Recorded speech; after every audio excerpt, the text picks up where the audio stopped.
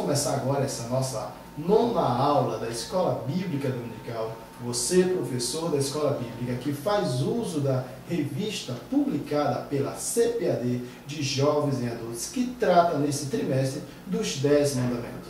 E nessa nossa nona aula, nós vamos tratar do 7º mandamento. Não adulterarás. Do que é que este mandamento trata? Esse mandamento ele aparece lá no livro de Êxodo, capítulo 20, verso 14, que diz assim mesmo: não adulterarás. Mas antes de tratarmos do mandamento, nós temos que saber o que significa adultério.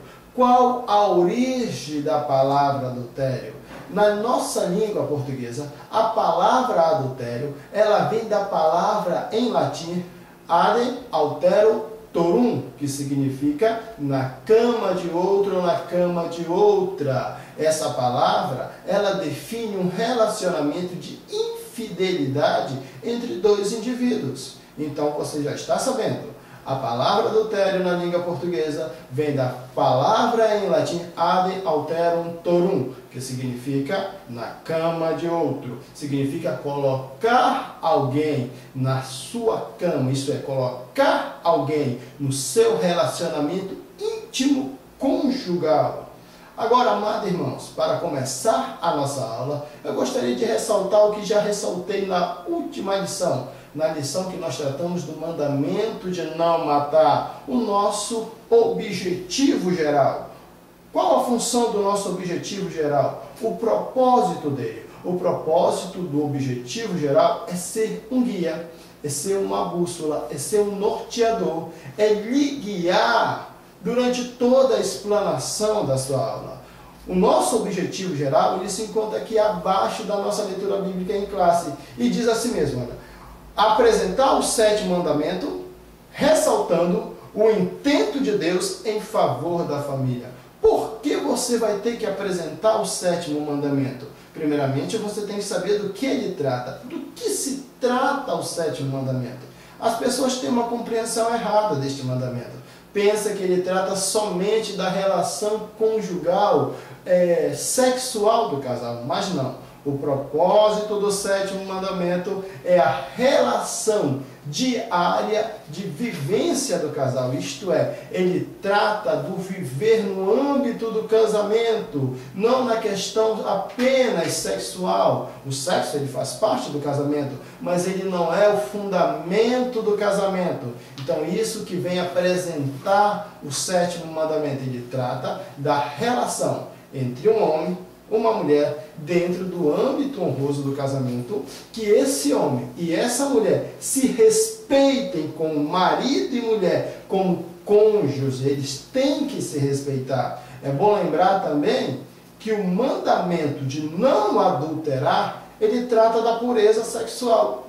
Que pureza é essa? Isto é, aonde o sexo é válido, aonde a prática do sexo é permitida e aonde é? Dentro do âmbito honroso do casamento, entre cônjuges que se respeitem nesse matrimônio. É bom lembrar que uma boa vivência sexual, um sexo prazeroso, um sexo que tenha vida, ele é abençoado quando os cônjuges se respeitam mutuamente. É isso que ele vai tratar, pureza sexual. É bom lembrar que quando nós falamos de sexo, as pessoas já podem, mas isso, sim, a Bíblia fala de sexo. Deus criou o sexo. Deus santificou o sexo. Deus não criou o ser humano sem sexo. Eu vejo o sexo trata-se do gênero. Existem 2 gêneros sexuais, masculino e feminino. Homem e mulher. Então o sexo é santo, mas desde que ele seja praticado dentro do âmbito honroso do casamento e desde que nesse âmbito honroso do casamento haja respeito mútuo entre ambos os cônjuges. Outra parte que esse mandamento trata na apresentação é sobre proibições de relacionamentos íntimos inadequados e práticas sexuais ilícitas. O que são esses relacionamentos íntimos inadequados? Você pode se perguntar. Ora, o próprio adultério é você tirar o direito do seu cônjuge e dar a alguém que não é. o homossexualismo, a prática do homossexualismo, ou então a relação homoafetiva, ela é um relacionamento sexual ilícito. Por quê? Porque não é conveniente. Por quê? Porque toda a estrutura física do homem e da mulher é preparado, isto é, a estrutura física do homem, a estrutura biológica do homem, ele é preparado para receber a estrutura física biológica da mulher, a si mesma da mulher. Veja, o homem, ele tem a semente, a mulher, a terra fértil. Nesse caso, que eu estou tentando fazer um comparativo, é o óvulo. Então, por isso que a relação homoafetiva, ela é um relacionamento íntimo, incondizente com a palavra de Deus. Isso é um adultério, isto é adulterar, isto é mudar uma situação legal. E quais são as práticas sexuais ilícitas? Ora, temos muitas. O próprio homossexualismo, a prática e a vivência do ato sexual no homossexualismo, o lesbianismo, a pedofilia, o incesto, a bestialidade, que em muitos casos é conhecido como zoofilia. Isso são relações ilícitas. A outra parte do nosso objetivo geral é ressaltar o intento de Deus em favor da família. E qual o propósito de Deus com o 7º mandamento? O primeiro propósito dele é que homem e mulher, ao se casarem, se esforcem para fazer o seu casamento prosperar. O que isso quer dizer? Que, segundo o próprio Deus, o casamento não é uma prática, não é um ato não praticável, não é uma união não praticável. O casamento, segundo Deus, é uma união praticável, desde que ambos os cônjuges se esforcem. É bom lembrar, não pode só o cônjuge se esforçar para o casamento dar certo. Os dois têm que se esforçar para o seu casamento dar certo. É bom lembrar que um cônjuge vem de uma família e o outro cônjuge vem de outra família. Eles vêm de universos diferentes, eles vêm de realidades sociais diferentes, eles vêm de pontos de vista diferentes de ver a mesma coisa. E é por isso que ambos têm que se esforçarem para o casamento dar certo. É isso que é o intento de Deus. Veja que os dois vão ter que se harmonizar. Observe bem que eu estou usando a palavra cônjuge. O que significa cônjuge? Metade. Você, marido, é uma metade. Você, esposa, é outra metade. Vocês vão se unir para formar algo só, algo indivisível, algo que não pode ser dissolvido diante de Deus. Qual o outro intento de Deus em relação à família? Primeiramente, que o casamento é uma bênção. O casamento é uma bênção. A família tem que ser uma bênção. O que é uma bênção? Dizer que a família tem que ser um bem para a sociedade. Porque nós temos os altos índices de violência no nosso país. Porque a família está deixando de ser uma bênção. A família está deixando de ser algo que deve ser valorizado. Hoje as pessoas já se casam pensando em se separar. É costumeiro ouvirmos as pessoas falarem, disse, olha, se não der certo, separa. Não é por esse motivo que você deve casar. O intento de Deus em favor do casamento é que você e sua mulher, você mulher e o seu marido, se esforcem para esse casamento dar certo. Tem que haver um esforço mútuo. Vocês têm que se harmonizar. Por quê? Esse casamento tem que ser uma bênção. Essa família tem que ser uma bênção. Essa família tem que ser algo que possa mostrar para essa sociedade sem Deus que, olha, isso que eles colocam como entidade falida, uma instituição falida, não é falida, desde que haja compromisso. O terceiro ato que eu quero tratar aqui sobre o intento de Deus sobre a família é preservar a santificação da família. O que isso quer dizer? Dizer que Deus quer que cada um cuide deste algo separado. Você casou? Você vai ter que cuidar da sua família. Rapaz e moça que estão pretendendo casar, vocês querem casar? Vocês terão que zelar por essa nova unidade familiar. Traduzindo, vocês vão ter que se entender. Vocês vão ter que se harmonizar. É isso que nós vamos tratar nessa lição. Agora nós vamos tratar do primeiro tópico, o 7º mandamento. Não matarás. E o nosso primeiro subtópico é sobre a abrangência. O que ele abrange? Primeiro, pureza sexual. Isto é, o sexo deve ser praticado dentro do âmbito honroso do casamento entre casais que se respeitam. Porque se não há respeito mútuo entre esse casal, entre o que formaram essa família, com certeza não vai haver pureza no ato sexual. Isto é, não vai haver respeito. Isto é, não vai haver doação, não vai haver entrega livre. É isso que Deus está tratando. Para haver um ato sexual prazeroso, um ato sexual puro, ambos os cônjuges têm que se respeitarem. Segunda coisa, proteção da sagrada instituição familiar. Porque Deus quer que você se entenda com a sua mulher, Deus quer que a sua mulher se entenda com você, Deus quer que os dois se entendam, para que essa família esteja protegida. E para se entender, ele precisa ter 2 tipos de relacionamento. O casal precisa ter um relacionamento vertical, isto é, o casal com Deus, e um relacionamento horizontal, homem e mulher entre eles mesmos. Isto é, tem que discutir a relação, eles têm que conversar entre si. Se é natural que os casais se discordem, é natural que haja uma briga, mas é natural também que haja reconciliação, que haja um entendimento. Isso trata da proteção da família. Primeiro, relacionamento com Deus, depois relacionamento com si. Vertical, horizontal. A terceira abrangência é a destruição dos laços matrimoniais. Por que ele abrange isso?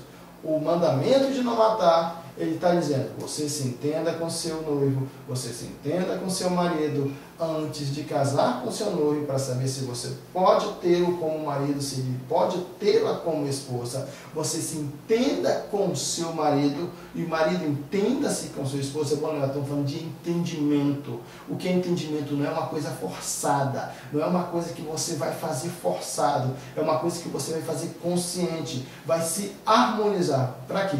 Não haja a destruição do laço matrimonial. Isto é, não haja adultério, não haja modificação de situação legal, que você não dê a outro que não é o seu cônjuge direitos de cônjuge. A última abrangência que eu quero tratar aqui é das práticas sexuais ilícitas. Nós já tratamos ainda há pouco, isto é, os relacionamentos sexuais ilícitos, isso fora do padrão de Deus. Relacionamento adulto, relacionamento homoafetivo, relacionamento incestuoso, a prática do sexo homossexual, a prática do sexo fora do casamento, a prática da fornicação, tudo isso são proibições que a abrangência do 7º mandamento traz consigo. Agora eu gostaria de tratar do segundo subtópico, que é o objetivo. Qual é o objetivo do 7º mandamento? O objetivo é respeito pelas relações matrimoniais, isto é, respeito pelo casamento. É bom lembrar que você está vivendo uma situação praticável. O próprio Senhor Jesus demonstra que o casamento não é uma união impraticável, ele é uma união praticável, desde que aqueles nubentes, aqueles noivos, aqueles pretensos cônjuges entendam isso, que eles terão que se esforçar para o casamento dar certo. Não é só preciso respeitar o matrimônio, mas também é preciso respeitar as famílias, isto é, a sua família, marido, e a família da sua esposa. Vocês estão casando duas famílias. Vocês vão estar unindo duas famílias. Isso é o objetivo, é zelar pelo ambiente familiar. O seu ambiente familiar, marido, e o ambiente familiar da sua esposa. Zelar, duas unidades se unindo. Não é só duas pessoas, também duas famílias vão se unir. Qual é o outro objetivo do 7º mandamento?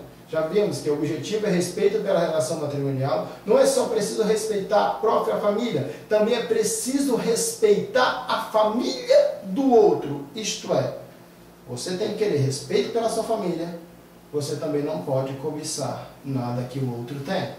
Isso serve tanto para homem casado como para homem solteiro.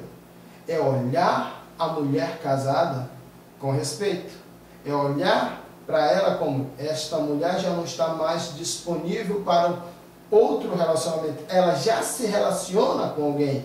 É a mulher olhar para aquele homem casado e olhar para ele e dizer mesmo, este homem não é mais disponível. Eu tenho que procurar alguém disponível. Ele não está disponível. Ele já está num relacionamento matrimonial, algo indissolúvel. É isso que trata. Você vai respeitar a sua família, também vai respeitar a família dos outros. Aquilo que você não quer que faça com a sua família, você também não vai fazer com a família dos outros.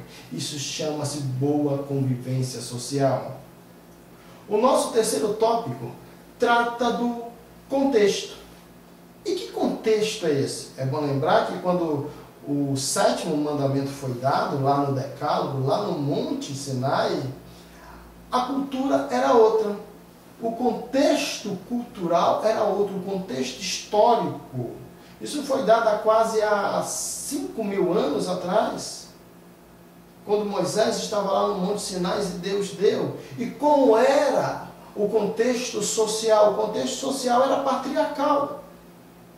E o contexto cultural? Poligâmico. É bom lembrar que quando o 7º mandamento foi dado, Israel era uma sociedade poligâmica, isto é, o marido poderia ter mais de uma mulher e só se caracterizaria, só seria ato adúltero se um homem se relacionasse com uma mulher casada com outro homem, sendo ele solteiro ou não. Agora, se um homem casado se relacionasse com uma mulher solteira, não era considerado adultério, isso dentro do contexto sociocultural da época, que era uma sociedade patriarcal poligâmica, isto é, praticava a poligamia. Mas é bom entender que mesmo a poligamia no antigo Israel sendo liberada, não era praticada por todos. A poligamia só podia ser praticada por quem tinha condição de sustentar mais de uma mulher. Por isso era reservada somente à realeza. Nós vemos Davi teve 500 mulheres. Nós vemos Salomão, 300 esposas, 700 concubinas. Não era para todo mundo ter mais de uma mulher. Não era todo mundo que poderia ter mais de uma mulher. Esse é o contexto histórico sociocultural. No antigo Israel, era permitido um homem, desde que ele tivesse condições de sustentar mais de uma mulher, ter mais de uma mulher. Agora, quem não tivesse, se contentava somente com uma mesmo e estava feliz da vida. Agora nós vamos tratar do nosso segundo subtópico, infidelidade. Qual é o objetivo desse subtópico? É mostrar o real significado de infidelidade. E nós temos aqui alguns itens tratados, que está lá na nossa vista. O primeiro item é adultério. Adultério todo é o termo de infidelidade mais conhecido que nós possuímos. Como assim? Por exemplo, é a destruição da relação matrimonial. Isso é adultério. É muito mais do que o ato sexual em si. Muita gente condiciona adultério dentro do nosso país, da nossa atual sociedade, adultério somente ao ato sexual. Não. O ato sexual numa relação adúltera, ela é a consumação do adultério. Assim como o ato sexual no matrimônio, ele é a consumação do matrimônio, no adultério, o ato sexual, ele é a consumação do adultério. Quer dizer o quê? Que aquele cônjuge adúltero está dando a alguém que não é o seu cônjuge direitos de cônjuge. E ele vai tratar o seu cônjuge de direito como um estranho, negando seus direitos maritais. É por isso que o adultério, ele é a destruição dos laços matrimoniais. Ele muda uma situação legal, ele adultera, ele modifica, ele coloca no lugar do cônjuge de direito alguém que não é de direito. Por isso que a própria palavra de Deus caracteriza isso como infidelidade. O nosso segundo subtópico trata de sexo antes do casamento. O que é isso? É viver a bênção do sexo sem responsabilidade. Por que isso? Nós vivemos num país onde a sexualidade aflora. Nós tivemos agora recentemente o carnaval e nesse período o índice de natalidade no nosso país aumenta muito.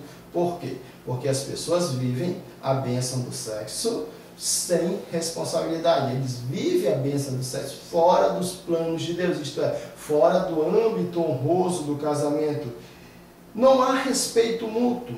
E a outra coisa é que quando a pessoa ela pratica o sexo fora do casamento, ela não tem consciência da consequência do ato sexual. E que vem ser essa consequência? Nós temos muito. Por exemplo, gravidez mal não planejada. Eu não gosto do termo gravidez indesejada, porque nenhuma mulher não deseja ser mãe. Toda mulher deseja ser mãe.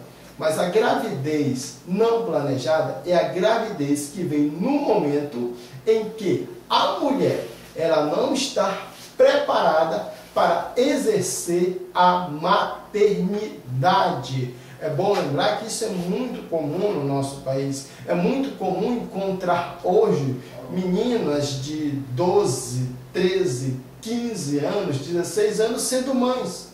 No momento da vida em que elas não estão preparadas para exercer a maternidade.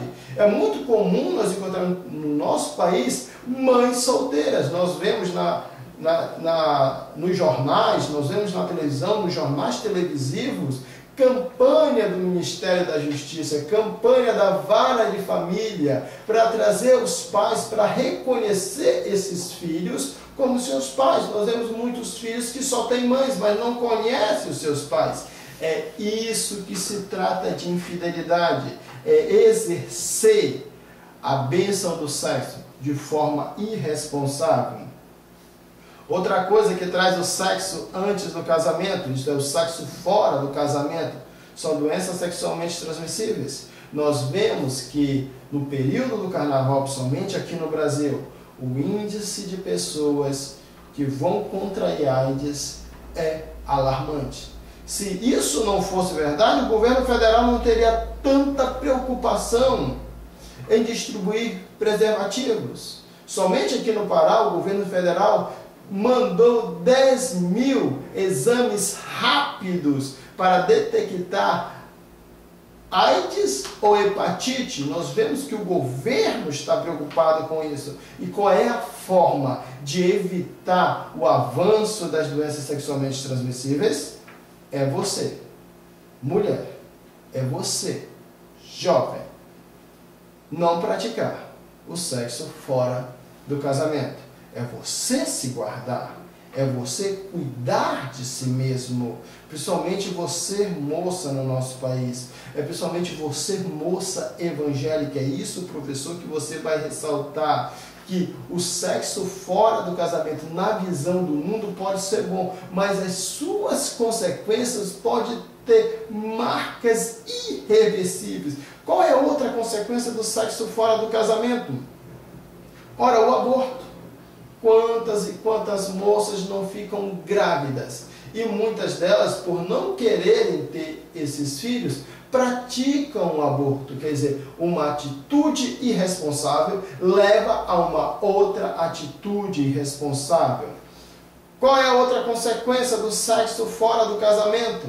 Do sexo praticado fora do âmbito honroso do casamento, dentro da vontade de Deus? Qual é a outra consequência? Morte por aborto.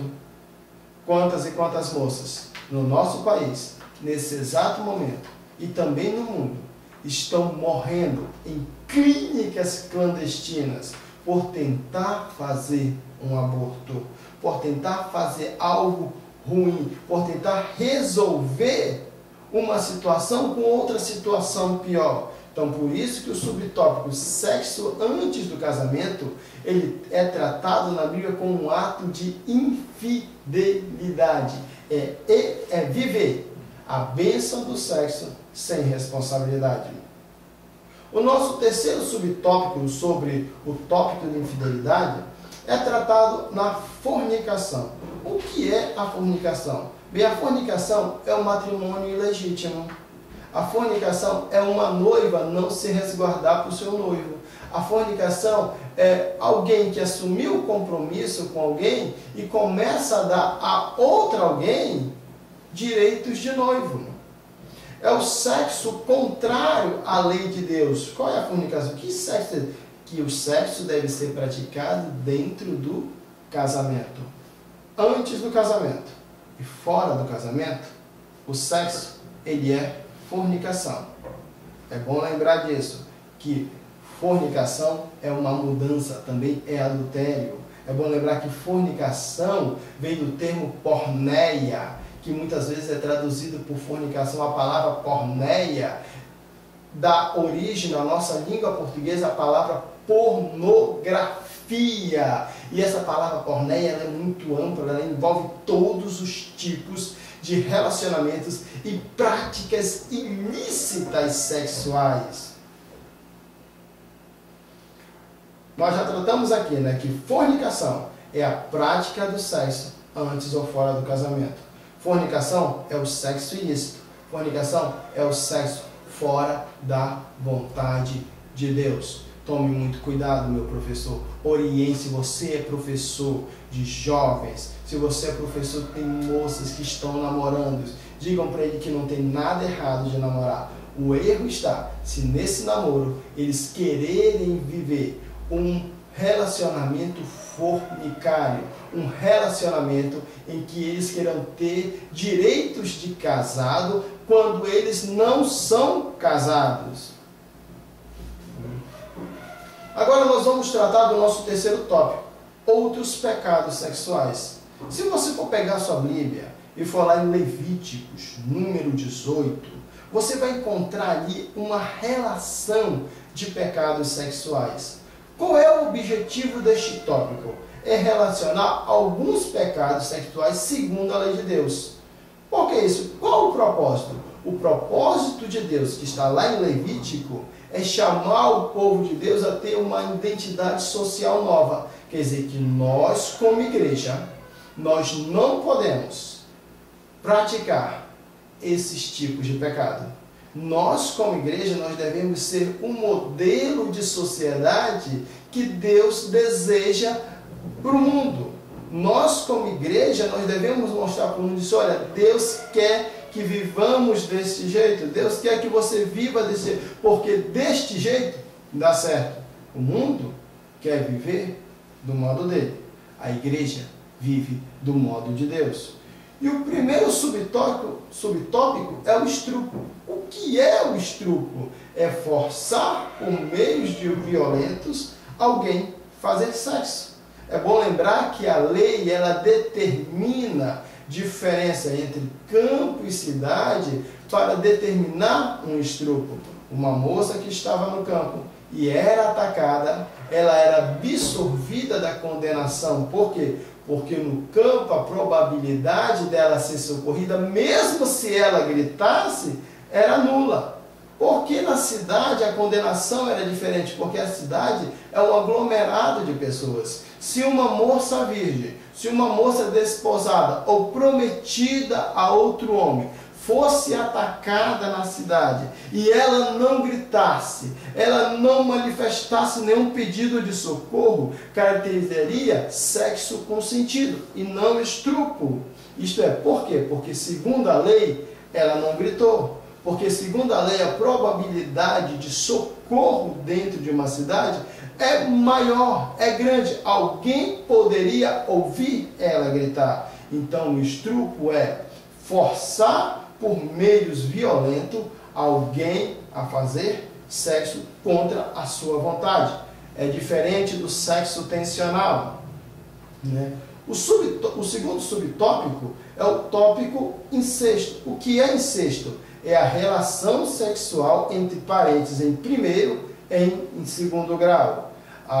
O capítulo 18 de Levíticos, ele mostra ali que é proibido irmão com irmã, tio com sobrinho, avô com neta, pai com filho, mãe com filha, quer dizer, relacionamentos entre parentes em primeiro e segundo grau. Por quê? Porque mostra ali um desrespeito à família. O incesto, ele é um desrespeito à unidade familiar. Ele também está mostrando que Israel não devia praticar esses atos abomináveis que eram muito comuns no Egito, de onde eles saíram, e eram mais comuns nas sociedades de Canaã, nos povos que estavam na terra de Canaã, nos povos cananeus. Era muito comum essa prática, por exemplo, de quando o pai morresse, o filho casasse com a segunda esposa de seu pai. Era muito comum, por exemplo, irmão casar com irmã, desde que essa irmã não fosse filha da mesma mãe, fosse só filha de seu pai. E a Bíblia proíbe esse relacionamento, porque também é sangue dele, é carne do pai dele, é carne dele também. Então o incesto é tratado dessa maneira. O terceiro subtópico trata da bestialidade. Esse termo bestialidade, dentro do conceito mais didático, ele é entendido como zoofilia. O que é zoofilia? É o relacionamento sexual, seja de homem ou mulher, com animais. Traduzindo, é fazer sexo com animal, é deturpação da bênção do sexo, é viver o ato sexual de um modo mais errado ainda. Isso dentro da Bíblia, ela é uma coisa absurda, é uma coisa detestável. Deus vê essa prática como algo abominável. Para Deus é inviável que um homem ou uma mulher mantenham relações sexuais com animais. Por quê? Porque deturpa o propósito do ato sexual. O propósito do ato sexual é para que o homem e a mulher desfrutem dessa bênção dentro do âmbito honroso do casamento. Agora, quando há bestialidade, há uma deturpação, há uma destruição desse propósito. O nosso quarto subtópico que nós vamos tratar aqui é sobre o ensino de Jesus acerca do sétimo mandamento. Como é que Jesus vê esse mandamento? Nós temos que ler o objetivo. O objetivo deste tópico é analisar o ensino de Jesus acerca do sétimo mandamento. Isto é como ele vai tratar. Na lei, o sétimo mandamento é tratado de uma maneira. Como é? Se a mulher que adulterasse, ou o homem que fosse pego adulterando com uma mulher casada com outro homem, ambos eram condenados à morte. Não havia misericórdia. Eles eram condenados à morte. Mas na graça, o sétimo mandamento é tratado de outra forma. Ele é tratado assim: tem que ter reconciliação, com perdão e mudança de comportamento.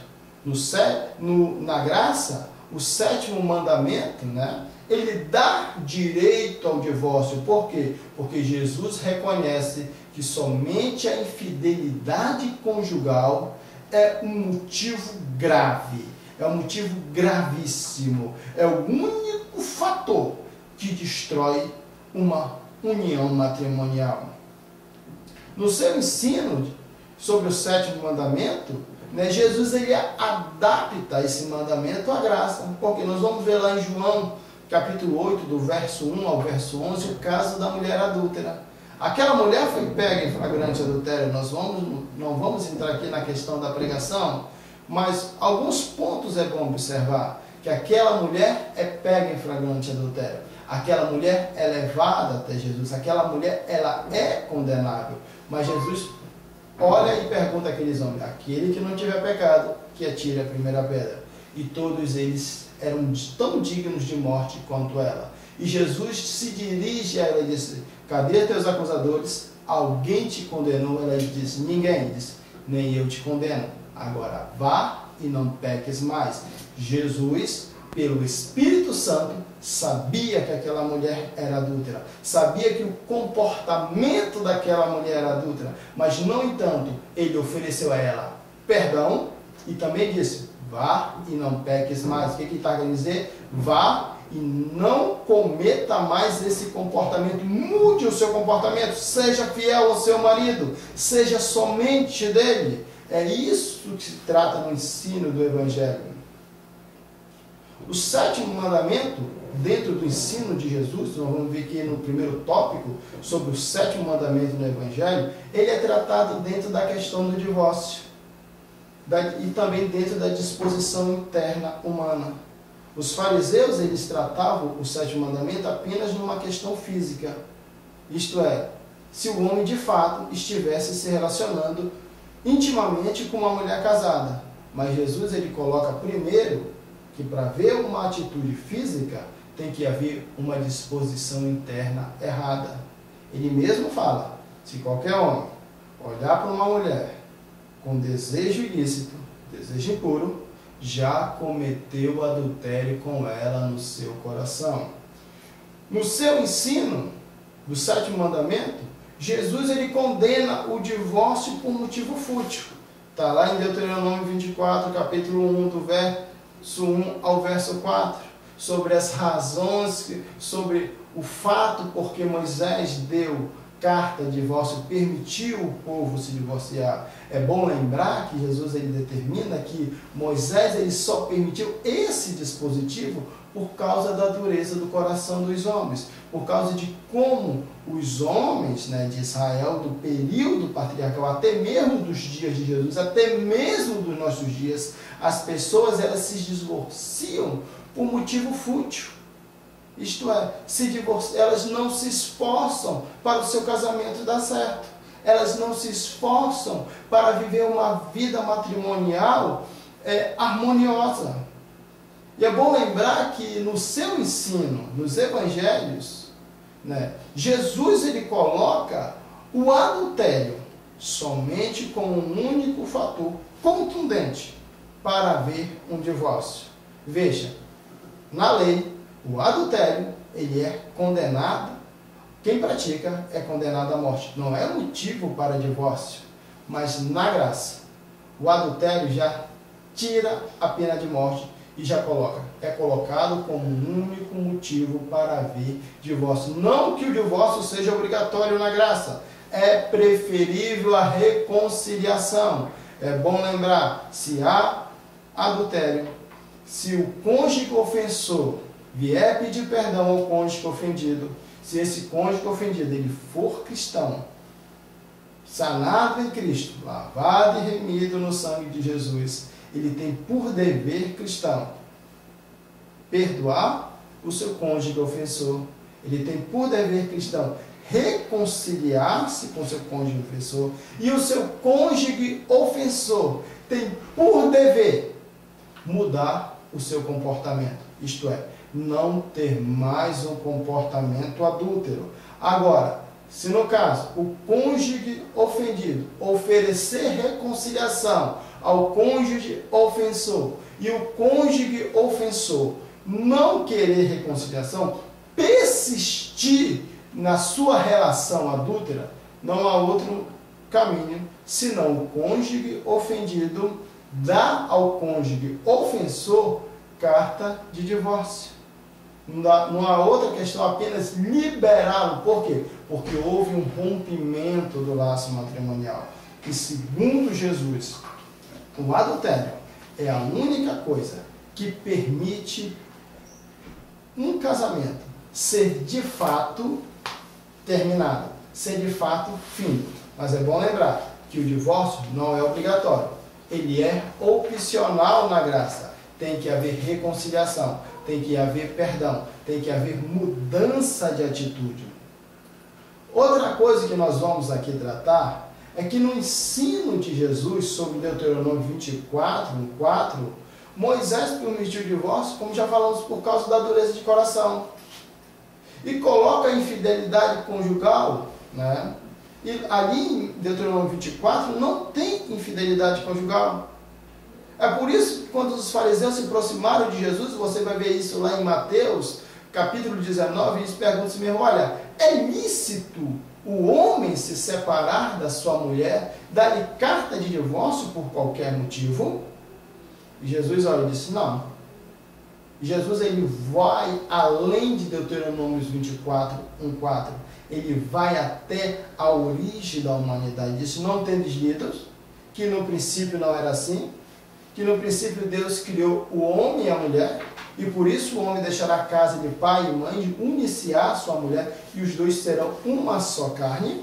Então veja, Jesus está colocando que, primeiro, a poligamia não é uma coisa bem vista diante de Deus. E está colocando que o relacionamento aceitável de Deus é monogâmico. O segundo subtópico é o problema dos escribas e fariseus, isto é, como eles viam o sétimo mandamento. Os fariseus, eles viam o sétimo mandamento apenas numa questão de ato físico.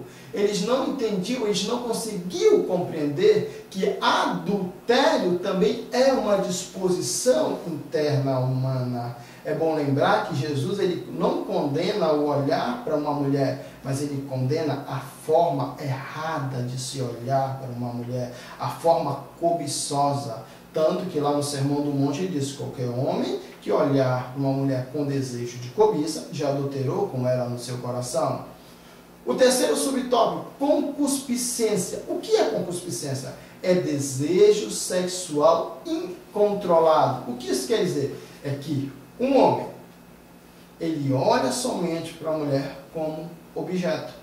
Ele olha para essa mulher como algo apenas sexual. Ele não olha para ela como um ser humano. Ele não olha para ela como um indivíduo. Ele não olha para ela como uma pessoa. Ele olha apenas para ela como um objeto sexual movido pelo seu desejo interno incontido, incontrolado. Amados irmãos, espero em Cristo que durante esse pouco tempo que nós tivemos aqui, tenhamos ajudado a você a compreender a lição tópico por tópico. O nosso tempo é curto. Gostaria de poder explanar melhor a lição. Mas nós temos um tempo, temos que respeitar esse tempo. Amado irmão, também gostaria de pedir a você, se você gostou dessa nossa lição, se você gostou dessa nossa explicação, acesse o nosso canal, se inscreva no nosso canal Evangelismo Sem Fronteira. Nós estamos aqui para lhe ajudar da melhor maneira, em nome de Jesus.